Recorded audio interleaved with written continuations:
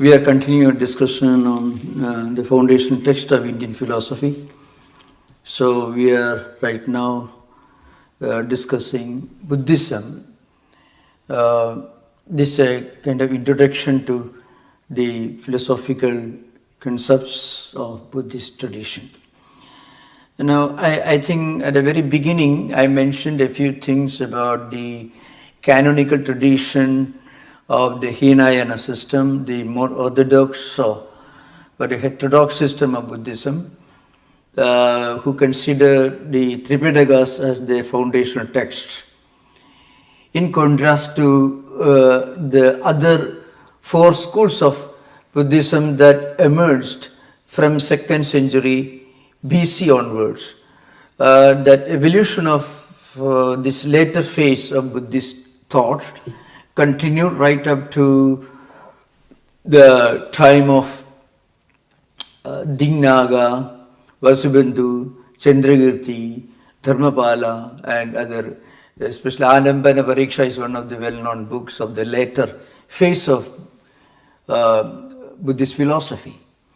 So, the ethical, moral, philosophical concepts which were emphasized in the Tripitaka tradition, in contrast to very profound, idealistic and realistic thought systems of later Buddhism, which are known as Sautrantika and Vaibhashika, belonging to the realistic school, mostly linked to the Hinayana system, and then Shunyavada and Vijnanavada, which are two schools of idealism that belong to the Mahayana system. To discuss a few things about some of the identical, similar, or maybe contrasting thought currents found in Buddhism and also Advaita Vedanta. Maybe that's the first step towards understanding where Buddhism stands with regard to the ultimate goal of human existence. So I think I mentioned at the very beginning that both Vedanta, specifically Advaita Vedanta, and Buddhism emphasize that this body-mind complex is not our true nature. In Advaita Vedanta and Shankaracharya's commentaries, you find Dehendriya Vedirikta Atma, Atma or Brahman, which is distinct and different and apart from the body-mind complex. This is not our true identity. When we identify ourselves with this body-mind complex, then we feel what Buddhists call dukkha, or what, for want of a better term in English, that is called avidya, ignorance. So, when we identify ourselves with something that we are not actually, then we feel this dukkha. As I mentioned earlier, there's a big problem in translating dukkha into the English word grief or sorrow. That is the most important misunderstanding in Buddhism. The second most damaging translation is translating shunyata into nothingness. Many traditional Buddhist teachers belonging to Japanese, Tibetan, Chinese, Burmese, Sri Lankan teachers belonging to the Hinayana tradition, especially Sri Lanka and Burma, the Japan and China, Tibet, more or less linked to the Mahayana system or Vajrayana system in Tibetan tradition. All of them are unanimous in putting forward this idea, the traditional teachers, that what we call emptiness in English, for want of a better translation, is not what we call nothingness in an Oxford dictionary. Absolutely wrong. When they talk about emptiness or shunya, what they're talking about is that is panchaskandhas, as they call Buddhists, Rupa, Vedana, Samjna, Samskara and Vijnana. That means this body, the matter, which is made of earth and all the Pancha Mahabhutas, then sensations and feelings, what we call Vedana, then a perception, or samjnas we call it in Sanskrit, sensory objects, samskaras, vrittis, vasanas, samskaras, sankalpas, which are you're familiar with yoga tradition, and also vijnana, which is consciousness, which is aware of all this, awareness. These do not constitute our true identity.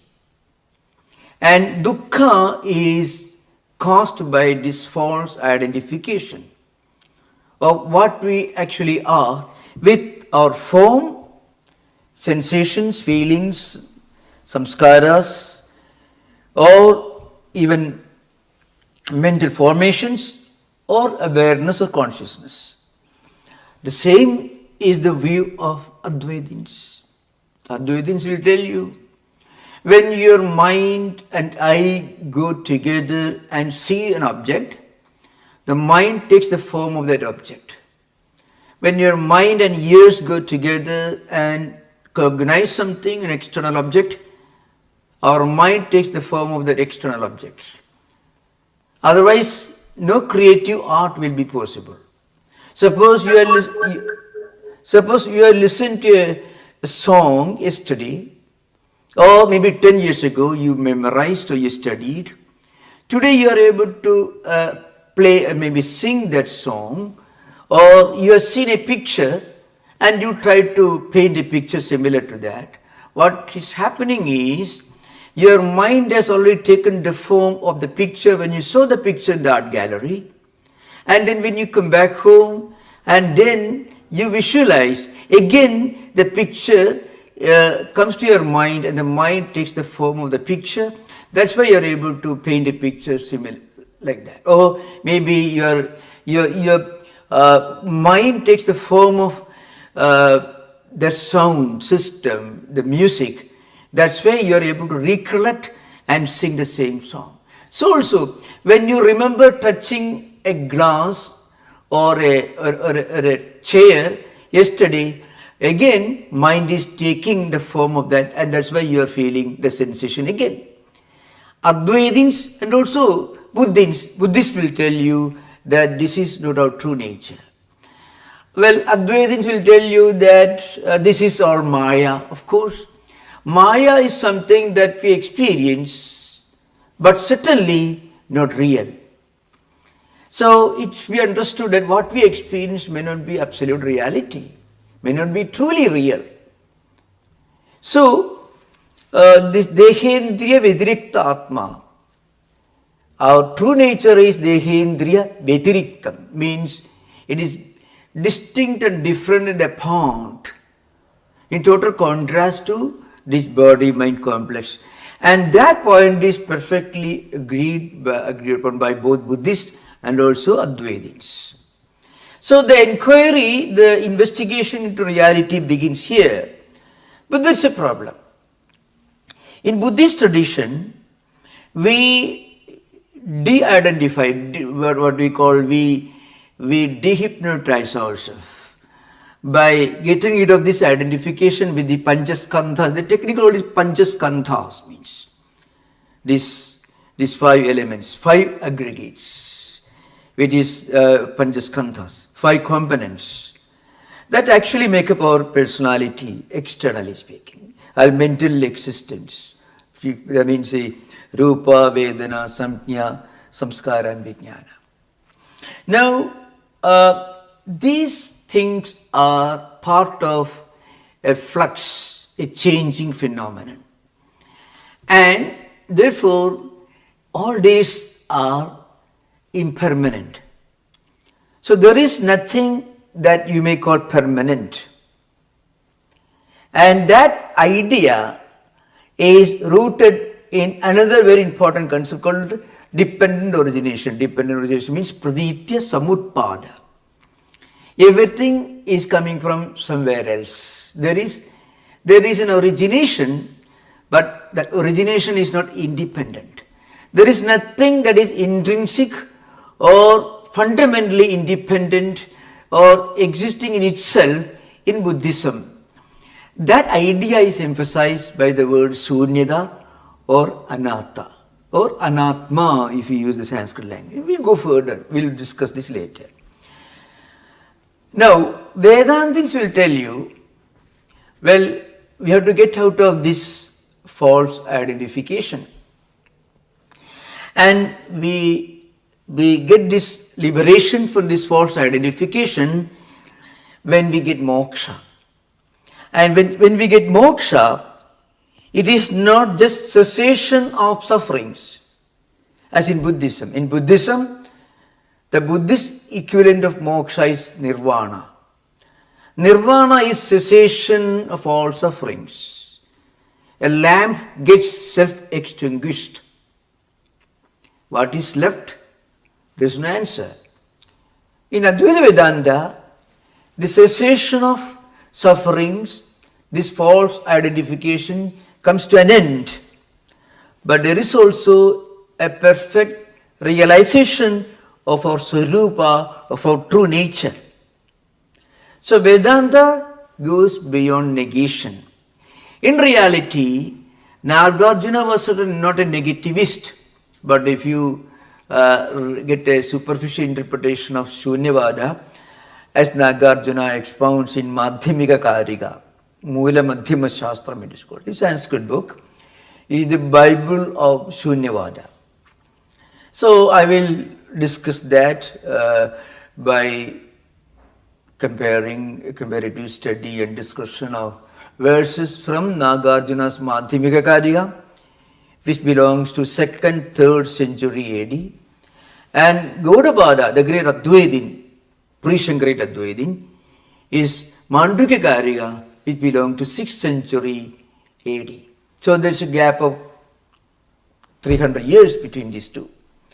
You find Gaudapada coming 300 years after Nagarjuna, literally uses the same terminology, including the Rajasarpa Bhranti, this snake, rope snake analogy. Even Mandhyaputra, or the Sesavishana, it means the horns of a hare, the son of a barren woman, or a city in the sky, Akasha Nagari means. So, Gandharva Nagara, all these terms are used by Nagarjuna also, 300 years before Gaudapada. So, the only difference is that Advaitins will tell you that when you get moksha, it's not only an experience of all problems coming to an end, but simultaneously some positive experience also coming. Again, it is not something that you get, you discover within yourself. It's already there. Your false identification created a vikshepa, ravarana, means a projection caused by a covering. When something is covered, you don't know what it is, so you may have a wrong notion as to what that object is. So that false notion is gone, and then you realize what it is. That is not clearly mentioned by Buddha, and historically speaking, Buddha was silent when some of his disciples put this question forward. We'll discuss that later. So, according to Buddhist, these Panchaskandhas, the physical body, the sensations, feelings, and then samjna, the perception of sensory objects, and then the samskaras, and also vijnana. These 5 skandhas, 5 elements, aggregates, they constitute our personality. We identify with whatever we experience, whatever thought comes to our mind, whatever we experience at the physical level or mental level or intellectual level, we identify with that. So dukkha is the result. This is the foundation of Buddhist concept of dukkha. Now again, coming to subject. Maybe a few more points needs to be discussed on this subject. One is Rupa. Rupa is a physical form. Then, there is Vedana. Then there is a feeling. Feeling, everything is perceived either happy or unhappy, pleasant or unpleasant. In Vedanta, pleasant or unpleasant, Sukha, Dukkha. But in Buddhism, there is also a neutral element. So, all these experiences remain with us, and we identify ourselves as the one who experiences something happy or something unhappy. Then perception.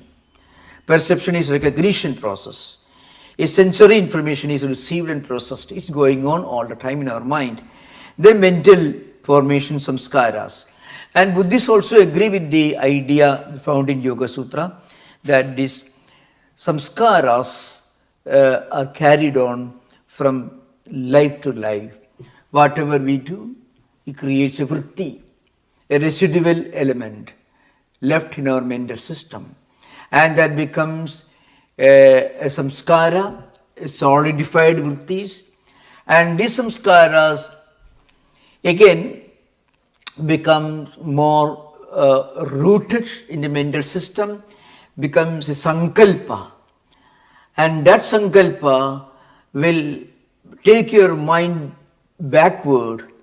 Oh, I had that previous good experience, so you have a tendency to do it again. Or I had a bad experience, so you will have a tendency of avoiding that again. So these samskaras also constitute the personality of human mind. So we identify with all the samskaras. So in other words, suppose somebody living in modern times, in modern age, in this 21st century of information technology, the artificial intelligence, so you may call it, if that person suddenly displays some unique characteristics, which have only read about it among the great saints and mystics who lived 2000 years ago, 3000 years ago. From a Buddhist perspective, yoga perspective, Vedantic perspective, there is no room for any doubt, because these samskaras are coming to the surface and we identify. It happened to Buddha also. All the 543 rebirth stories mentioned in Jataka tales, Buddha was going backward in time into his own previous life cycles. All those sensations and perceptions and feelings and emotions, they all came to his mental system. He did not identify with them. He became aware of them, then he got himself detached from them, and he moved forward. Finally, he got this answer for the fundamental question, what is the cause of dukkha? And that's how Buddha became the great enlightened one. Then consciousness, that is vijnana. Now, all these 5 skandhas, all the time, they are creating a kind of attachment. They are creating desire, clinging, and also desire to experience again. And this, of course, is part of the Praditya Samutpada system that will take up as an independent discussion, maybe when we resume this class again after some time. We will discuss that later. So, in other words, there are many areas which are common to Advaitins, to Patanjali, the author of Yoga Sutras, and also Buddhists. Especially the idea of bondage. I mean identification with the Pancha Skandhas, 5 aggregates, or identification with body-mind complex in Advaita. It's so very common. Again, the idea that we should get out of this, somehow we reach somewhere which is a better place, vaguely speaking. That also is common to both the systems. Only in Buddhism, Nirvana is mentioned. But if you read Buddha's life, it's clear that he experienced himself to be something other than this body-mind complex. So he was not living in an awareness of his nothingness, remember, that's very important. How can a great man like Buddha say, oh, he was all the time, he was identifying himself with nothingness? So this is absolutely wrong. The nothingness is a very, very wrong, even dangerous, I would call it, and very, very misleading translation of the word shunyata. I will discuss this when I take up verses from Madhyamika Karya towards the end of the session. So shunyata is not nihilism, it is not annihilationism, means destroying everything. Again, shunyata and praditya samutpada, they are interconnected, and they can always be called as two sides of the same experience. Everything is dependent upon something, coming from something else, and therefore by itself it is not intrinsically real or permanent. It is changing all the time. It's always changing. So in that sense, it is by its very nature impermanent. Therefore, there is nothing that is permanent in this world. So that is the philosophical background of this concept of shunyata. And of course, we will discuss the later. Right now, I want to take up this subject of comparing or discussing some of the verses in the Praditya Samutpada, and also in the concept of Praditya Samutpada in Nagarjuna, where he mentions that, where Nagarjuna talks about two levels of reality. One is Samvriddha Satya, that is Paramartha Satya. Samvriddhi Satya, what we call empirical experiences, which include Praditya Samutpada, which include Panchaskandhas, which includes all our emotional experiences, intellectual convictions, everything is included there. All those things are Samvriddhi, means empirical, relative reality. And Shunya is the ultimate Paramarthika reality. The same is true in Vedanta also. We will come to that. So, for example, in one of the well-known verses you find in the Gaudapada Karika, Soto va parato vapi na kinjit vastu jayate sadasat vapi na kinjit vastu jayate. What it says is, nothing is coming to existence. So it's a non-origination, called Ajadavada or Ajadivada. It's a foundational book of that doctrine is Mandukya Karika or Gaudapada Karika. Gaudapada is the author. So, nothing is ever coming to existence, either from itself or from something else. Again, sadasat vapi na kinjit vastu jayate. Similarly, there is nothing in this world which is real or which is unreal, or which is a combination of both real and unreal. Now, what is he talking about? He says there is nothing in this world which comes into existence either from real or unreal or a combination of both, which is actually permanent. Coming to existence is there, dependent origination, the Praditya Samutpada, the 12 link, things are coming, but they are disappearing.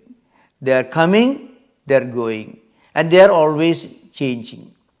And in that case, there is nothing really true. So you find Nagarjuna, actually indirectly he accepts the Advaitin's doctrine of what is Paramarthika Satta. So even while describing Shunya in Madhyamika Karika, Nagarjuna uses many terms which were later used by Shankaracharya, and even Gaudapada, in Gaudapada Karya and Shankaracharya in his commentaries on Mandukya Upanishad.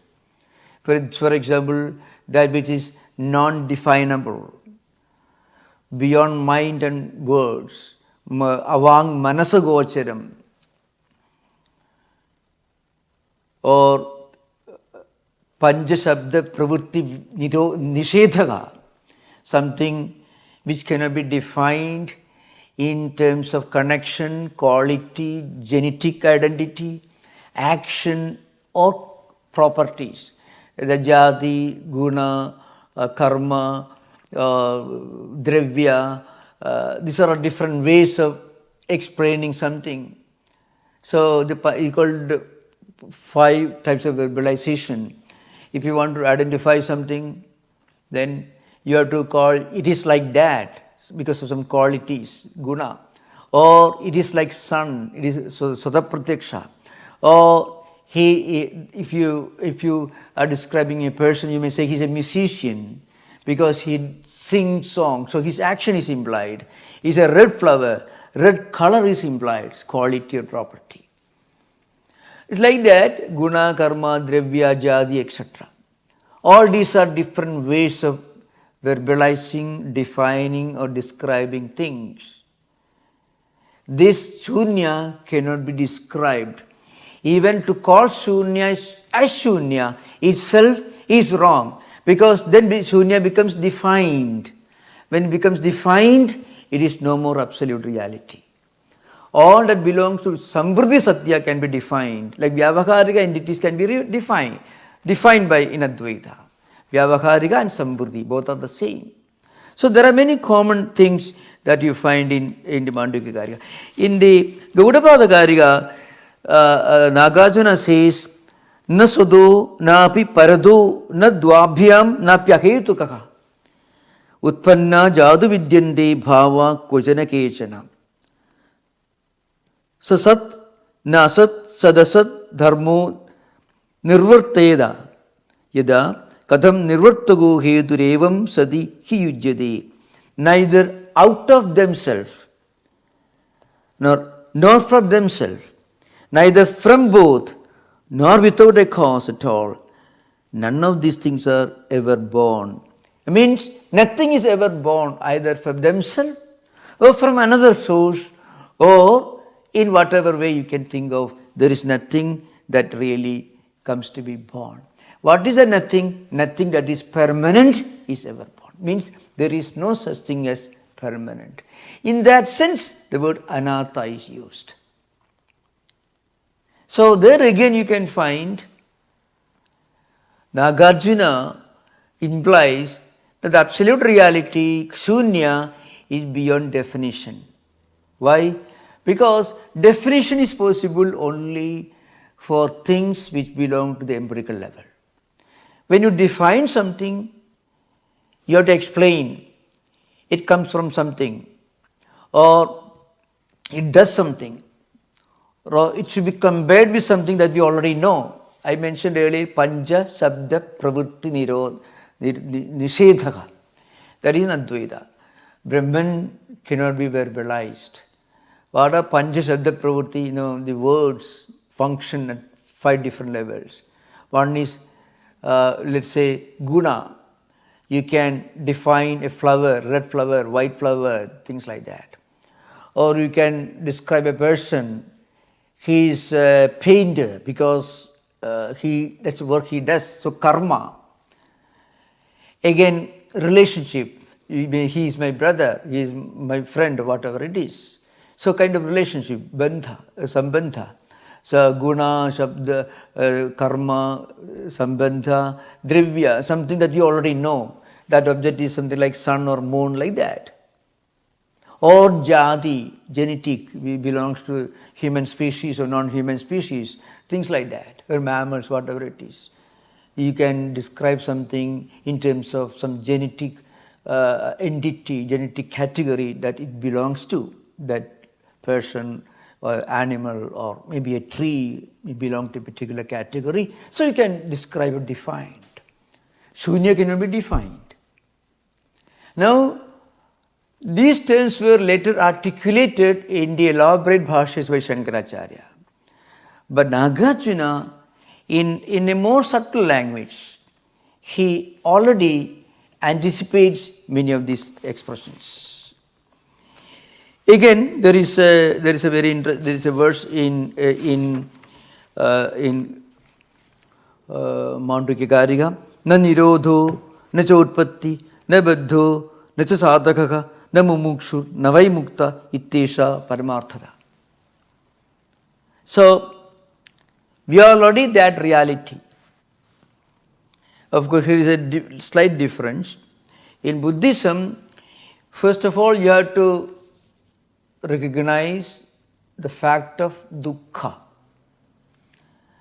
Remember that dukkha is also something impermanent. Because everything is impermanent, so dukkha is also impermanent. And once you recognize the dukkha, then you should know there is a cause for the dukkha, there is a way out, and the way out is nirvana. Then you practice all these eightfold disciplines, samyak sankalpa, samyak ajiva, samyak vyayama, samyak smriti, samyak drishti. That's how it begins. And then finally when you realize shunyata, then you realize there is absolutely nothing. Na nirodhaka. That's what Nagarjuna says. You see, na nirodho na cha utpatti. That is Gaudapada. Na nirodho na cha utpattihi. Na cha utpatti, na nirodha. Both are identical. The same words are used by Gaudapada. In Mandukya Karika, the same words are used by Nagarjuna in Madhyamika Karika, which is again the Bible of Shunyavada. Shunyavada is, by unanimous opinions of the great Buddhist dialecticians, is the most advanced and philosophically the most transcendental doctrine that you can think of in Buddhist tradition. As a metaphysical concept, it is the most exalted, most widely recognized, closely followed by Vijnanavada.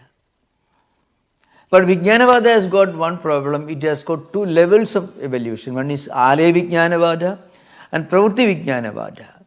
The first phase of Vijnanavada and the second phase, two levels of evolution. We will discuss that later. So, in Mandukya Karika, Gaudapada says, na nirodhaka, no utpatti. There is no beginning, no origination. And then, if nothing originates, nothing can be destroyed. Na nirodha, na cha utpatti, na baddhaka. Of course, Gaudapada tells you there is no bondage. Of course, you know, Nagarjuna also says, na nirodho na cha utpatti, na baddhaka. No baddha, there is no bondage. Then, what about dukkha? Chattvari arya satyani, samyak drishti, samyak ajiva, all the eightfold disciplines. All these also belong to the praditya samutpada level, the samvriti level, the empirical level, the level of relativity, not the absolutes.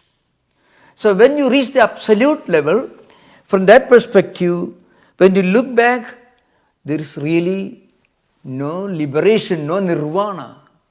Because you have reached nirvana. When you are enlightened, then you don't use the word enlightened. The word itself gets self-destroyed. That's the idea behind. Because you recognize that's your true nature. That's called the Buddhahood.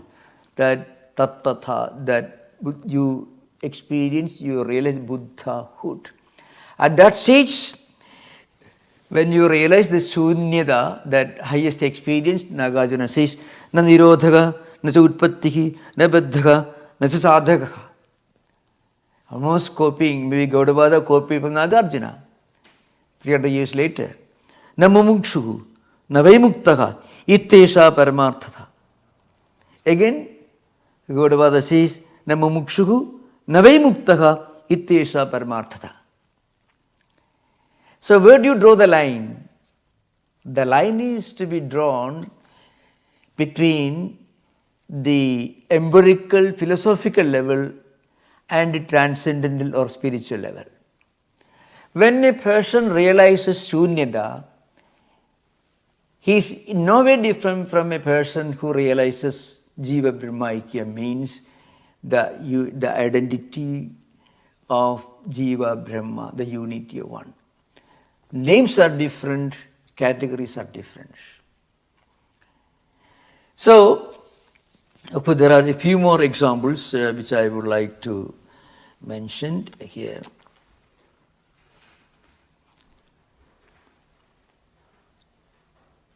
न भवति अमृतं मर्त्यं न मर्त्यम अमृतं तथा प्रकृतेर अन्यथा भावो न कथंचित भविष्यति. So those who are interested, of course, I'm sorry, I didn't quote it from Alada Shanti Prakaranam, means the 4th chapter of Mandukya Karika. Those who are interested, you can, I know. And the previous one that I quoted from, that is Na Nirodho Na Chotpatti, it is from Vaidatya Prakaranam. That is the 2nd chapter of Mandukya Karika. So it is called Agama, Vaidatya, Advaita and Alada Shanti, 4 chapters. Madhyamika Karika is organized, structured differently. So again, Na Bhavati Amrutam Martyam. That's a common principle. That absolute reality, you may call Brahman in Advaita, it never becomes this world because it is itself. It doesn't belong to Panchaskandha from a Buddhist perspective. The absolute reality, the spiritual experience, Brahman, is Dehendriya Vidrikta. So also, the experience of Shunya is a state where you realize yourself one with that which is beyond, which is distinct from the Panchaskandhas. So, na bhavati amrutam martyam, na martyam amrutam tatha. Those that belong to the Sambhuti level, the empirical level, relativity level, can never ever become eternal. Prakritehi anyatha bhavo na kathanchit bhavishyati. So, the intrinsic nature of anything in this world cannot change. It will remain unchangeable. Nagarjuna, yadi astitvam prakrtya syat na bhavet asya nastida prakrite anyatha bhavo nahi kaschit jatupapadyate. Slight difference in language, Nagarjuna. Yadi astitvam prakrtya syat na bhavet asya nastida. If something is existing by its very nature, then it can never become non-existent. So everything in this world belongs to the praditya samutpada. And it is fundamentally changing all the time. It is not independent. It is always dependent upon something else. So it is not intrinsically real. So, yadi astitvam prakrtya, it's not prakrtya by its own nature. Intrinsically, it doesn't exist. It exists only as something which depends upon something else for its existence of origination. That's why it is called dependent origination. Praditya samutpada.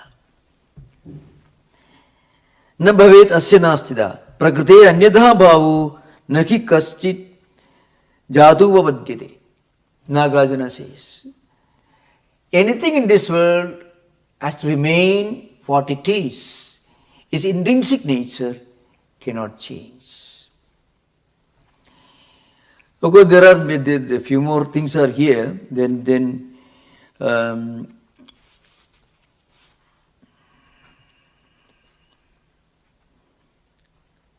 Ajadam jayade yasmat ajadi prakristataha. Prakritir anyatha bhavo na kathanchit bhavishyati. The same idea. Practically you find Gaudapada takes the same idea from Nagarjuna. So somebody may ask this question. In that case, Advaita borrowed all these great ideas from Buddhism, from Shunyavada. You have to remember, Mandukya Karika is a commentary in verses. Karika means a commentary in sloka form, verse form. It's a commentary on the Upanishads, Mandukya Upanishad, which has got only 12 verses, and this text has got 215 verses, Mandukya Karika. So, the entire text of Mandukya Karika, Gaudapada Karika, is built upon the 12 mantras of Mandukya Upanishad, which Buddha also must have studied because he was born as a prince in his royal family. All the Hindu princes had to study Vedanta. This is not to imply that Buddhism took everything from Hinduism and Vedanta. This is not at all the purpose of putting this in comparative form, because there are many wonderful things in Buddhism which are so exalted. Buddha emphasized, Buddhist teachers also emphasized certain great things which were not so clearly focused or emphasized in Hindu scriptures. There is no doubt about it. For example, as I mentioned, the egalitarian nature, the revolt against inequality in society. All these are great contributions of Buddhism and also Buddha. But I mean, when you go to the philosophical level, you find that what Vivekananda said, that Buddha was only giving a more humanistic, modern interpretation of Vedanta in exalted language. That's what it is. So just I was trying to give some important comparison. Again there is another one, Anirodham, Anutpadam, Anuchedam, Ashashwadam. There is a very well-known, maybe one of the most emphasized, oft-quoted verse from Mandukya Karika is this Nanirodho Nachotpatti. There is a even more forceful verse in Gaudapada Karika, which is saying Anirodham, Anutpadam, Anuchedam, Ashashwadam, Anegartham, Ananartham, Anagamam, Anirgamam. Ya Praditi Samutpadam, Prapanchopashamam Shivam, Desyamasa Sambundastam Vande Patadam Varam. Is the best of the teachers, Patadam Varam. Those who give words called Vadadam among the great teachers and preachers is the most exalted one.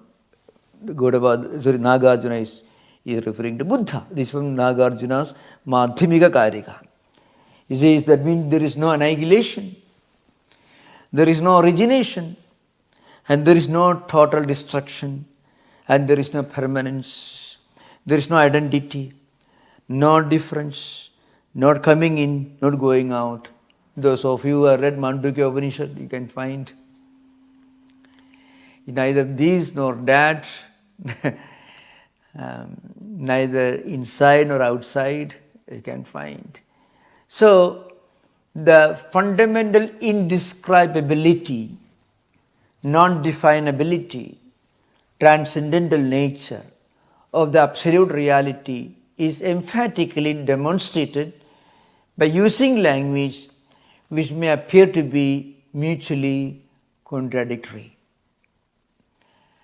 We have another great name from Christian tradition who in a way followed in his own way the same tradition. You find Meister Eckhart, who said that even to define God as Holy Trinity, in terms of Holy Trinity itself, falls short of the true nature of God. So, any attempt to define, to create a word picture of the infinite is a sacrilege according to him. Vedanta tells you it is a futile effort. That's why Anirodham, Anutpadam. There is no destruction, no annihilation, no origination, no destruction, no permanence, no identity, no difference, not coming in, not going out. The enlightened one who taught the dependent origination, that enlightened one is Buddha. Ye praditya samutpadam.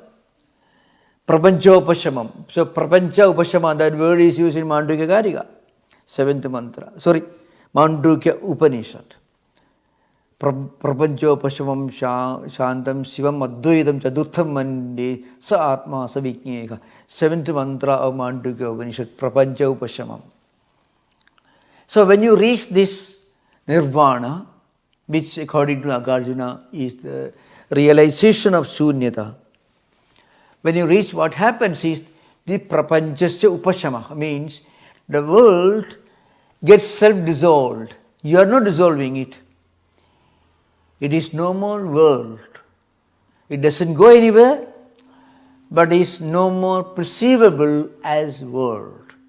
I mean, all that you see earlier as nama rupa, the world of names and forms, which is thought to be something real in itself, the same world is seen to be a Brahman. The world doesn't go anywhere. Just as in the rope snake analogy, when there is a piece of rope lying on the floor, you mistake it either for a snake, for a piece of stick, for a thin stream of water, Jaladhara, then there was a crack on the floor, Bhuchidra, Sarpa, Danda, Jaladhara. These are how you are likely to mistake a rope for a snake. When you bring light, the so-called snake idea goes away, but the snake doesn't go away. What you saw earlier as snake is now seen to be rope. That's all. So, Prapancha Upashama means the world, the Samvriddhi reality, which again is perceived by the Panchaskandhas.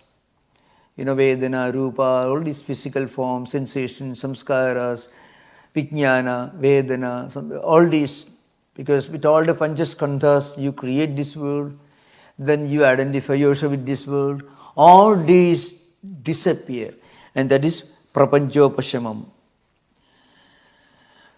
That is that this Prapancha, it gets self-dissolved. Shivam. Incidentally, the word Shiva is also used by Nagarjuna. Practically, the Mandukya Upanishad, he must have read Mandukya Upanishad almost memorized. So you find Prapanchopashamam Shantam Shivam Advaitam Chadutham Maninde Sa Atma Sa Viknyeka. This is how the 7th mantra of Mandukya Upanishad ends. And that again, that must have already become popular, and Buddha himself must have studied very closely in those days. And Nagarjuna takes all this and he says, Prapanchopashamam Shivam Desyamasa Sambuddhistam Vande Vadudamvaram. That great teacher, the Vadudamvaram, the great exalted teacher, he taught this. That's how Nagarjuna comes. So what I mean to tell you is, when you go to the original, called the foundational text, then there is no room for any kind of discussions or conflicts or anything. At a spiritual level, which again at a spiritual level transcends all language, all definitions, all verbal expressions. If you go deeper into this, you can find the experience of Shunya is the same as the experience of this Advaitic Brahman, the realization. Because Nagarjuna himself says Praditya Samutpadam, that is Prapanchopashamam.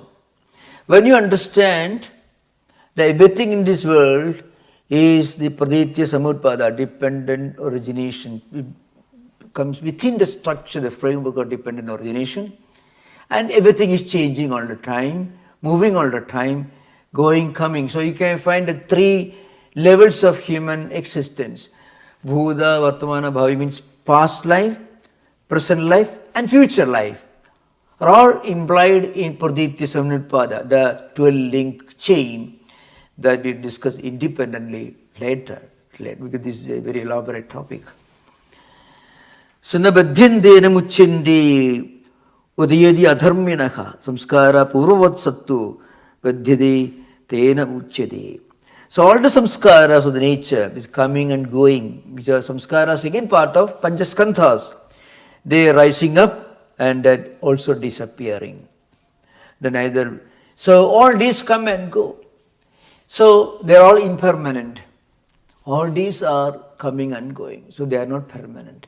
It is this aspect of the fundamental impermanence of everything at empirical level that Buddha meant by the term anatta, because there is no such a permanent entity as Atman. Remember, you have to remember the historical background. When Buddha was living this world, there was this concept of Atman. Atman is absolutely real, permanent.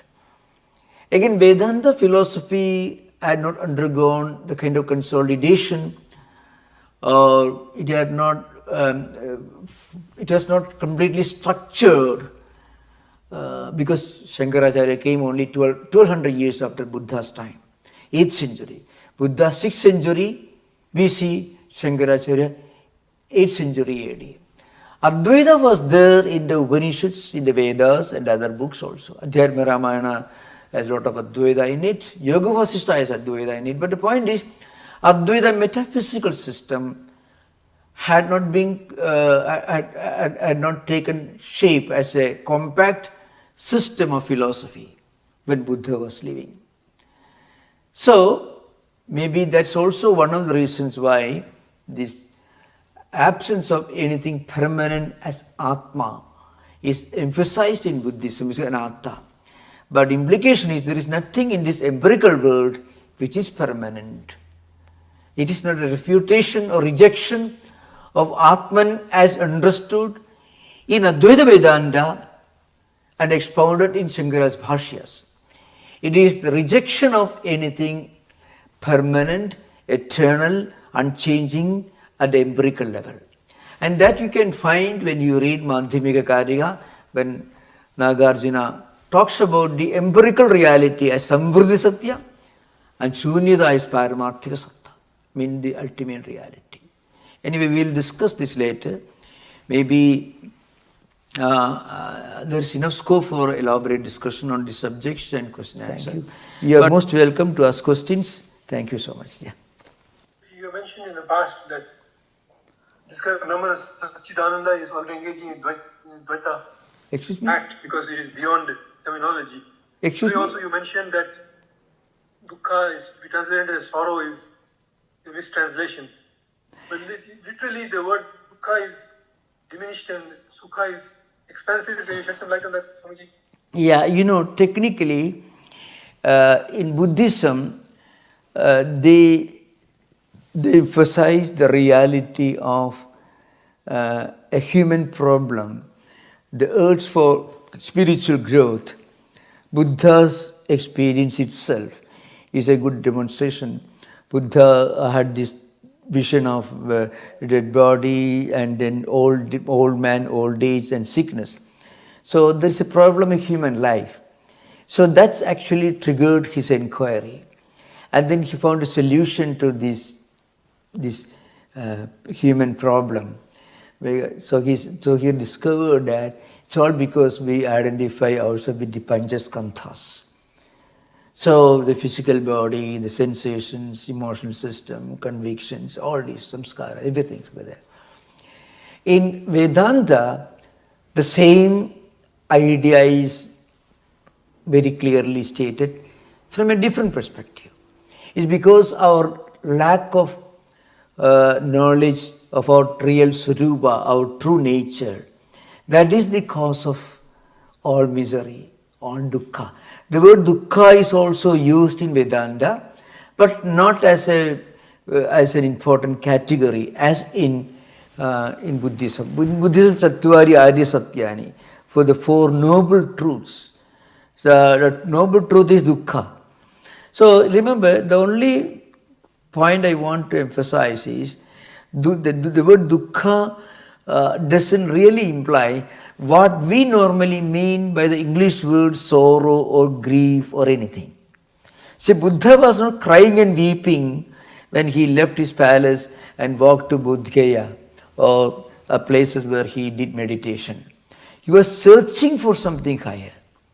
Search for higher. That can be called Parinama Dukkha in Patanjali Yoga Sutra. In the Sadhana Pada in Patanjali Yoga Sutra, you find Parinama Tapa Samskara Dukkhaiki Guna Visheshachas Dukkhameva Sarvam Vivekinaka. Remember, many of the great scholars and commentators of Patanjali Yoga Sutra were Buddhist. Vijnana Bhikshu was a Buddhist. So it's very important to remember. So the dukkha in Parinama Dukkha means a transformative conviction of a problem with worldly life, which comes to you only when you are spiritually evolved. Vyasa's commentary tells you, it is only for an exalted person, a spiritually evolved person, who can feel that this world of five senses and sense enjoyments are not the best thing that we should have. We should go beyond that. That thought comes only to an exalted person. So Vyasa's commentary tells you. That's a good example of Buddha's own feeling when he left his palace. So it is not dukkha. Suppose you lose all your, your stock markets collapse and you lose all the money in the bank. Buddha did not feel that kind of dukkha, Which a greedy man may lose all the money and he may cry and weeping and hitting his head against the stone. That's not, there is no misery or wretchedness about it. Rather, it's a transformative feeling. An urge for looking something transcendental. That's the real meaning of dukkha. That's why it's called noble truth. You don't say your grief is a noble truth. Suppose something happens to you, you get grief stricken. It is not a noble truth. There is nothing noble about it. So it's a transformative feeling of the impermanence or incompleteness of what you experience. That's again, according to Buddhists, that emerges when you identify yourself with the Panchaskandhas. You de-identify yourself, you detach yourself from the Panchaskandha, the five aggregates, gone. Everything is gone. Because then you realize Pratitya Samutpada. They are all coming from some other source. That's why Nagarjuna says they are not intrinsically coming from anywhere. There is nothing intrinsically real in this world that is born, that gets destroyed. Nanirodham, nanutpadam, all that he says in the Nagarjuna, he uses the word, same word. So, but then there are things coming and going that belongs to the Praditya Samutpada framework, the empirical, the relative, the changing, phenomenal world. Remember. And when you identify yourself with this phenomenal world, that is called dukkha. Again, I think you can perhaps suggest to the great linguists and philologists to find a better translation for the word dukkha. That may be a great work you can do. It is absolutely misleading. Shunya is nothingness, dukkha is misery or grief. I think Buddha won't feel any sense of gratitude if you translate his feeling as he was walking from Lumbini to Bodh Gaya. He was crying and weeping, grief-stricken. Not at all. He was searching for something higher. Okay, thank you. Is the Panchaskandha similar to Panchakosha? Yeah, actually in a way, Panchaskandhas can be linked to Panchakosha. And that is true in a way. You stumbled upon a great truth, When you identify yourself with Panchakosha, that is what Buddhists call dukkha. Vedanta is called avidya, ignorance. And Buddhists call bandha. That's the idea. When you realize that this identification is dukkha, you realize there is a cause for it. The way out. The way out is to practice all the eightfold disciplines. And then you get nirvana. When you get nirvana, or this dukkha or this identification ceases to exist. What happens next? It's not clearly stated, but Nagarjuna states that, or at least he implies that, when he says Shunya is something. In fact, the word Advaita is used to describe Shunya. But he also says Shunya cannot be described. Remember. So when you use so many different adjectives, some of them mutually contradictory, you are implying that is beyond verbalization, beyond definition and description. Nagarjuna was perhaps the greatest name in the Mahayana tradition, and next to the great name was Dignaga, was also the exponent of Madhyama Nyaya, one of the exponents of one of the great names in India's Nyaya tradition or logical tradition. Yeah. My question is, I actually have two questions. One is it? It seems like it's not really possible to understand Buddhism without understanding Advaita. Is that true? That's true in a way. That is true, and maybe understanding Buddhism also will help you Advaita, mutually complementary. But remember, Advaita is much earlier. Not Advaitic metaphysical system that's now popular because of Shankaracharya, but Advaitic idea, which is much more ancient than Buddhism itself. As I mentioned, Nagarjuna literally, he reproduces words from Mandukya Upanishad 7th mantra. Prapanjopashamam Shantam Shivam. He doesn't say Chadutham Manyante Sa Atma Sabhikneha, but he says Prapanjopashamam Shantam Shivam. Up to that he comes in practically literally repeating the 7th mantra of Mandukya Upanishad. So you are right actually. Yeah. I have another question, which is when you were describing what Buddha meant by dukkha, but didn't Buddha come to his renunciation because he saw worldly grief, like he saw sick people, he saw old age? So wasn't it because of regular human grief that he decided to renounce? Yeah, it was not grief, his realization of the limitation of human life, something, that incompleteness, the imperfection of human life. So it's not, he was not crying and weeping. You have to remember, normally, when we use the word grief in normal language, they use that language. For example, when you, in social media, newspapers, you read about some huge natural catastrophe happening in some distant countries, you don't cry and weep. Rather, you may try to help by sending a donation or something.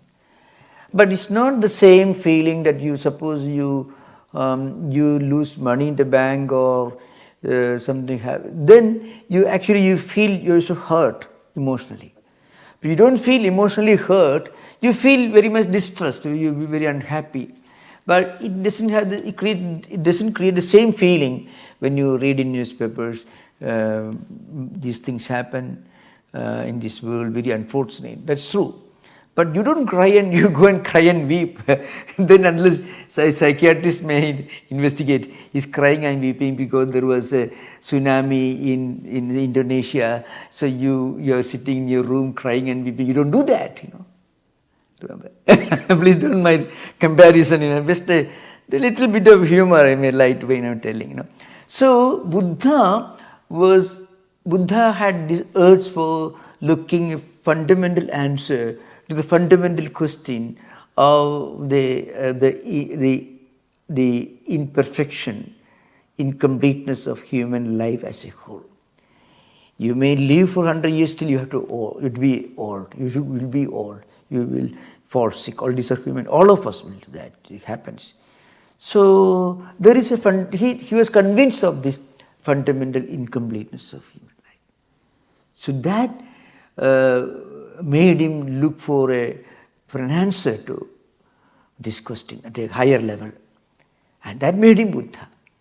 So when you are, otherwise, personal grief coming out of some personal loss, that doesn't have a transformative effect on us as a philosopher.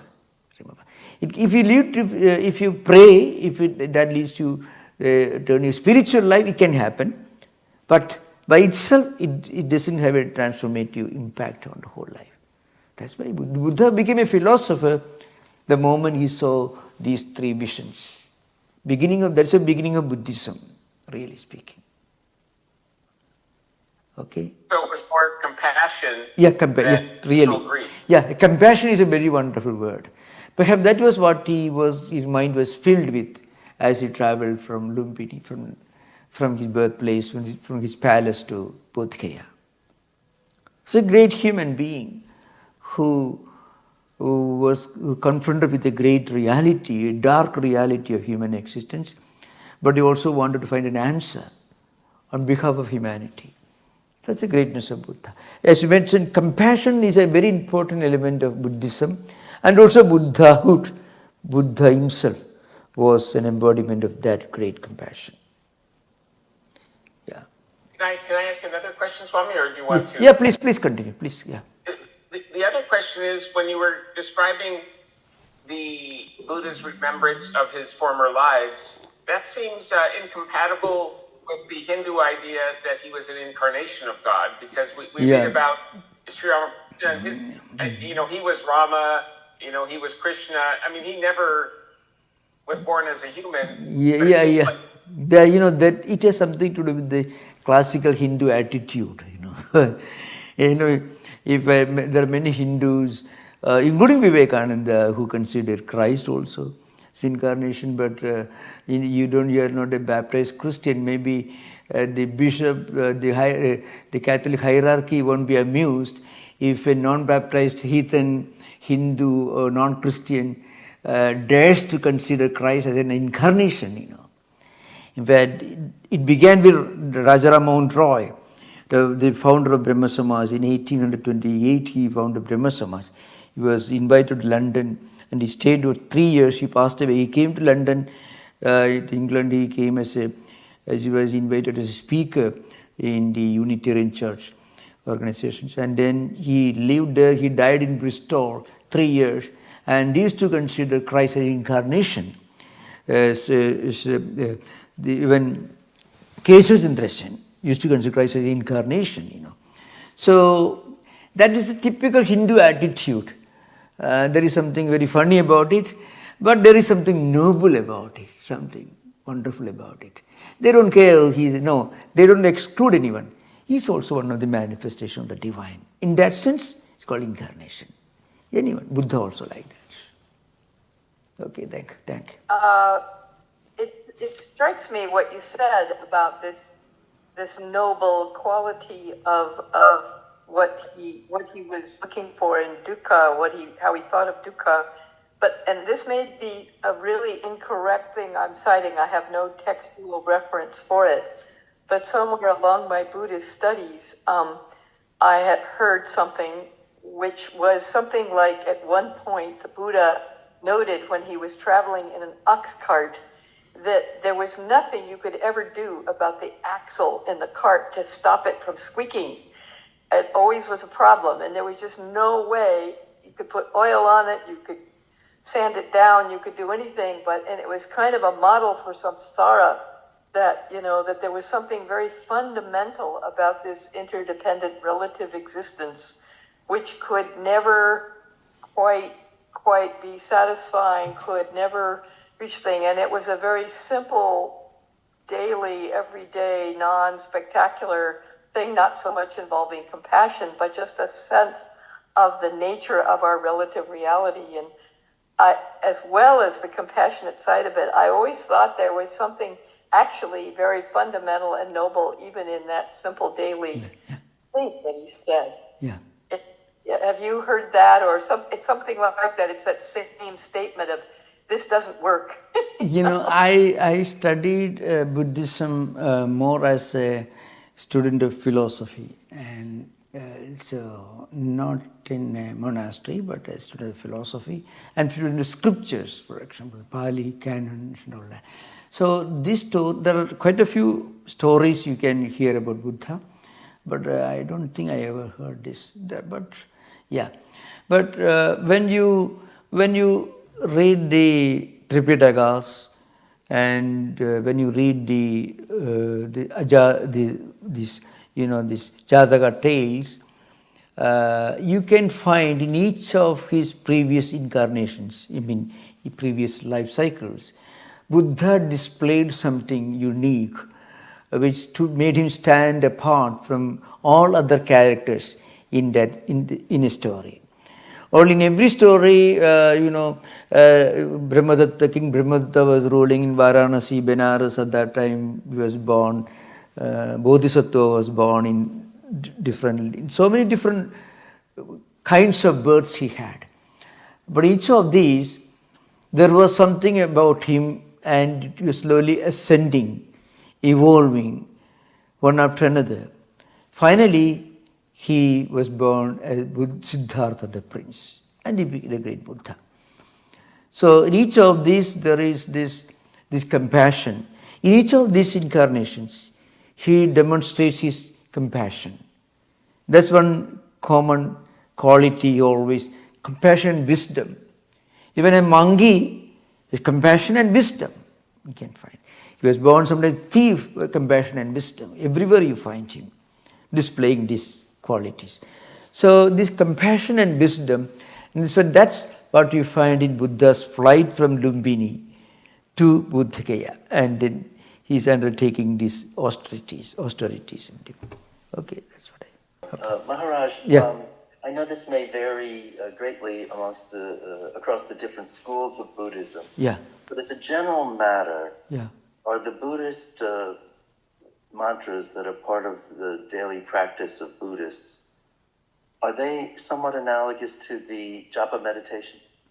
These japa practices must have evolved in course of time in different Buddhist traditions, Buddhist teachers, in the Mahayana tradition, Vajrayana tradition, Tibetan Buddhism, and the Hinayana tradition. They have developed different practice of japa in different languages, mostly Sanskrit-based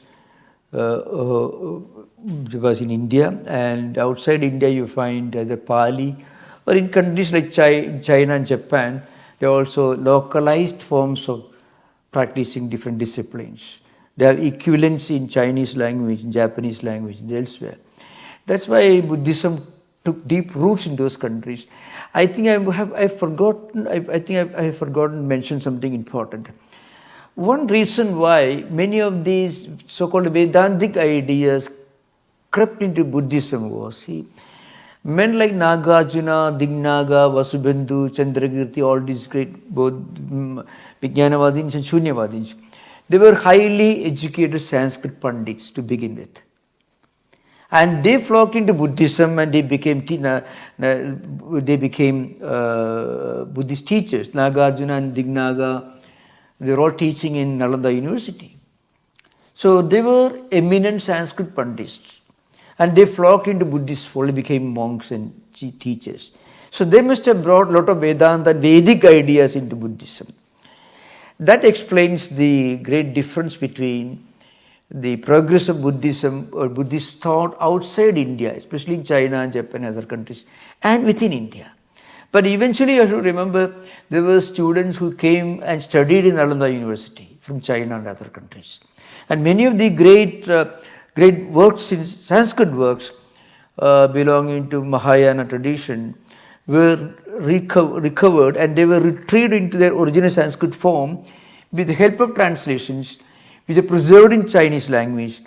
And I mentioned Hajime Nakamura's name, the great Japanese scholar, who worked very hard to recreate the original Sanskrit, because during the Islamic invasion of Nalanda University, tens of thousands of books were burnt and taken away.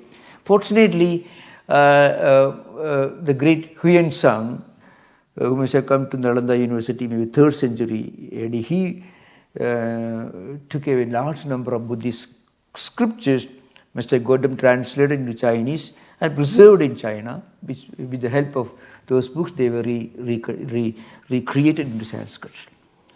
So in a way, Buddhism took deep roots in those countries, and they became localized traditions influencing folklore, rural life, the culture, everything. So you can imagine, see, it's a great, interesting story how Buddha influenced human society in such a large scale. Even now it continues to be prosperous and an influential force in the world of religion and culture. Thank you.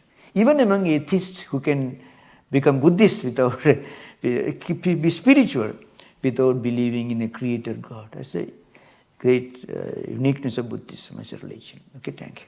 Okay. Yeah. Thank you.